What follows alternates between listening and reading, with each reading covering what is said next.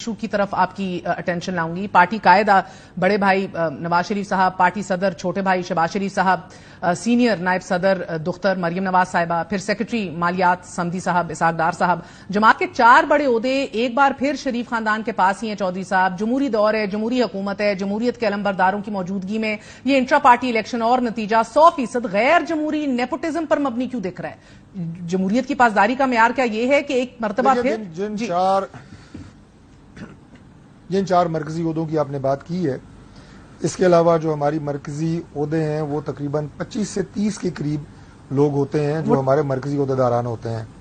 ان میں سے یہ 3 یا 4 ہیں، کیونکہ ابھی آپ کو صرف 3-4 نظر آ رہے ہیں، تو لہٰذا آپ نے ان پہ بات کی ہے. ورنہ جب یہ باقی عہدے فل کیے جائیں گے تو پھر آپ یہ کہیں گے کہ 25 یا 30 میں سے یہ 4 عہدے جو ہیں یہ آپ کو نظر آئیں گے ان لیڈرز کے جو اس سے پہلے بھی انہی عہدوں کے اوپر فائز تھے. دوسری بات یہ ہوتی ہے کہ نیپوٹزم کی بات نہیں ہوتی. بات یہ ہوتی ہے کہ الیکٹورل پالیٹکس میں آپ کو یہ دیکھنا ہوتا ہے کہ آپ کو ووٹ کس کے نام پہ مل سکتا ہے، کون سا آپ کا لیڈر جو ہے وہ پبلک کیچر ہے، وہ آپ کو ووٹ اس کے نام کے اوپر یا اس کے نظریے کے اوپر یا اس کی سوچ کے اوپر یا اس کی افکار کے اوپر، اس کی آپ یہ کہیں کہ جو پارٹی کا منشور ہے وہ بنایا جاتا ہے. کون جو ہے وہ آپ کو ووٹ دلوا سکتا ہے؟ اب سر ہمیں پتہ ہے ووٹ نواز شریف صاحب کے نام پہ ڈلتا ہے، وہ بھی نواز شریف صاحب کے نام کے ساتھ وابستہ ہے. یہ بات آپ کی درست ہے، 100% درست ہے. مگر چودھری صاحب اگر آپ مجھے اجازت دیجیے ووٹ آپ شہباز شریف صاحب جو ہیں ان کے چھوٹے بھائی ہیں، پارٹی کے صدر ہیں. سر مجھے سب کے رشتے پتہ ہیں، مگر چودھری صاحب سوال تو سن لیجیے. اس کے بعد ساری اٹریکٹیو پرسنالٹیز ہیں نواز شریف صاحبہ ہیں، جس طرح انہوں نے پارٹی کو لیڈ کیا سارا کرزما اور اٹریکٹیونیس یہی ہے. نکلتے ہیں ان کے جلسوں کے اندر. میں آپ سے اگر سوال کی گستاخی کر لوں چودھری صاحب، آپ کی بات صحیح ہے، ووٹ میاں صاحب کے نام پہ پڑتا ہے، لیکن مسلم لیگ نون نے اپنے انٹرا پارٹی انتخابات میں مسلسل دوسری مرتبہ یہ کہ شہباز شریف کو صدر، مریم نواز کو سینئر نائب صدر، اب تو چیف آرگنائزر بھی منتخب کر لیا. گویا خاندانی سیاست کے دائرہ کار میں کوئی میرٹ یا تجربہ، کوئی صفت نہیں ہمیں نظر آتی ہے. آپ سب بیکار ہی ہیں سر، معذرت کے ساتھ، کیونکہ 2018 کے انتخابات میں قومی اسمبلی میں شہباز شریف اور پنجاب اسمبلی میں حمزہ شہباز تھے. اور یہی سوال جب میں نے خواجہ آصف صاحب سے، خواجہ سعد رفیق سے پوچھا تھا کہ سر وائی ناٹ یو، ان کا کیا جواب تھا ملاحظہ کی. کہنے کا مقصد سر، جماعت کے سینئر نائب صدر شاہد خاقان عباسی صاحب کی موجودگی میں مریم صاحبہ کو آپ نے پارٹی کا چیف آرگنائزر، سینئر نائب صدر بنا دیا ان کے ساتھ. اس کے بعد خاقان عباسی صاحب روٹھے، اب تو ECC بھی چھوڑ گئے ہیں. یہ سینئر سارے ہیں سر، یہ کہتے ہیں نو کامنٹس، شرمندہ ہو جاتے ہیں ایسے سوال پہ، کیوں؟ دیکھیے سینئر نائب صدر جو ہیں وہ اس سے پہلے جو میری معلومات ہیں وہ 1 سے زائد بھی رہے ہیں. ہمارا ہر صوبے سے ایک سینئر نائب صدر سر ایک سینئر نائب صدر تھا شاہد خاقان عباسی ہے، وہ بات کی بات ہے. دوسری بات یہ ہے کہ آپ نے حمزہ صاحب کی بات کی.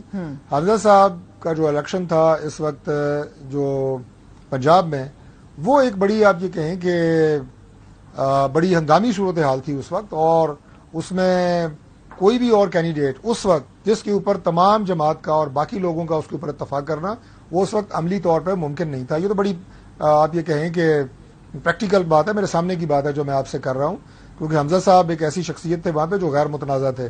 کوئی بھی اور نام اگر لے کے آیا جاتا ہے، اس بات پہ باقاعدہ پارٹی میں بہت بحث ہوئی ہے کہ جناب حمزہ صاحب ہوں یا کوئی اور ہوں. 2-3 نام ڈسکس بھی ہوئے ہیں، میں یہاں تک آپ کو بتا دیتا ہوں. لیکن حمزہ صاحب کے علاوہ کوئی بھی ایسا نام نہیں تھا جس میں تمام پارٹی کا اس مطلب ٹریجڈی ہے ہماری. پھر یہ میرے پاس وقت کم ہے، اس لیے ایک اور سوال آپ سے پوچھوں گی. اہم ترین خبر ہے سر، یہ مفتاح اسماعیل صاحب کو بھی پارٹی سے نکالنے کی خبریں آ گئی ہیں. شہباز شریف صاحب پہلی ڈار صاحب کو ریڈ لائن قرار دے چکے ہیں. تو یہ 2 وزراء خزانہ کی کہانی ہے. ایک جو ہے اس کو پہلے بھی جب ریزگنیشن لیتے ہیں تو لنڈن میں اس کو بے عزت کر کے وہ اٹھ کے جاتے ہیں، اینڈ ہی فیلز انسلٹڈ. یہ میں آپ کو بتا رہی ہوں، دس از ناٹ سم تردید نہیں ہو سکتی اس کی. اور آج to add insult to injury اس طرح افواہیں پھیلائی جا رہی ہیں کہ ان کی پرفارمنس صحیح نہیں تھی. آپ لوگوں کے لیے وائٹ پیپرز لکھتے رہے، بلکہ IMF کو واپس آن بورڈ لائے، مگر کیونکہ دوسرا وزیر خزانہ رشتہ دار ہے تو وہ ریڈ لائن ہے. Is that okay sir? دیکھیے بات یہ ہے کہ جو آپ کے پرائم منسٹر ہوتے ہیں ملک کے، وہ ظاہر ہے کیبنٹ کے بھی وہی چیئر پرسن ہوتے ہیں، اور پرائم منسٹر جو ہے یہ اسے بہتر پتا ہوتا ہے کہ میں نے کس وزیر کو یا اپنے کس کھلاڑی کو کس پوزیشن پہ کھلانا ہے.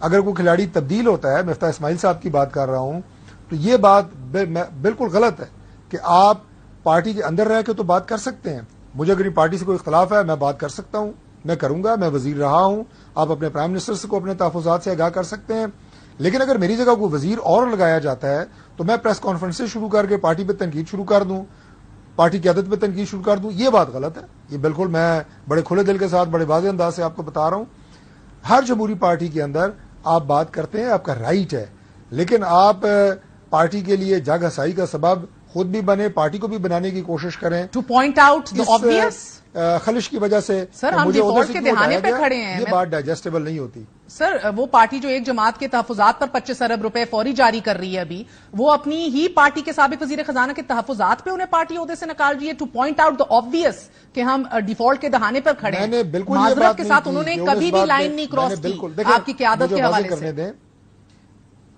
میں نے بالکل یہ بات نہیں کی کہ ان کی تنقید کی وجہ سے مفتاح اسماعیل صاحب کو پارٹی سے نکالنا چاہیے یا ان کو نکالنا کوئی اچھا قدم ہوگا، میں نے بالکل یہ بات نہیں کی، لیکن میں یہ بات کر رہا ہوں کہ پارٹی کے جو سینئر ترین اکابرین ہیں، لیڈرز ہیں، وزراء موجودہ سابقہ، وہ پارٹی کے اوپر جو اعتراض یا باتیں ان کے اگر کوئی اختلاف کرتے ہیں پارٹی کے اندر ہونا چاہیے، پارٹی سے بہت بہت شکریہ۔ میڈیا کے اوپر آ کے پریس کانفرنس ہمارے ساتھ موجود تھے۔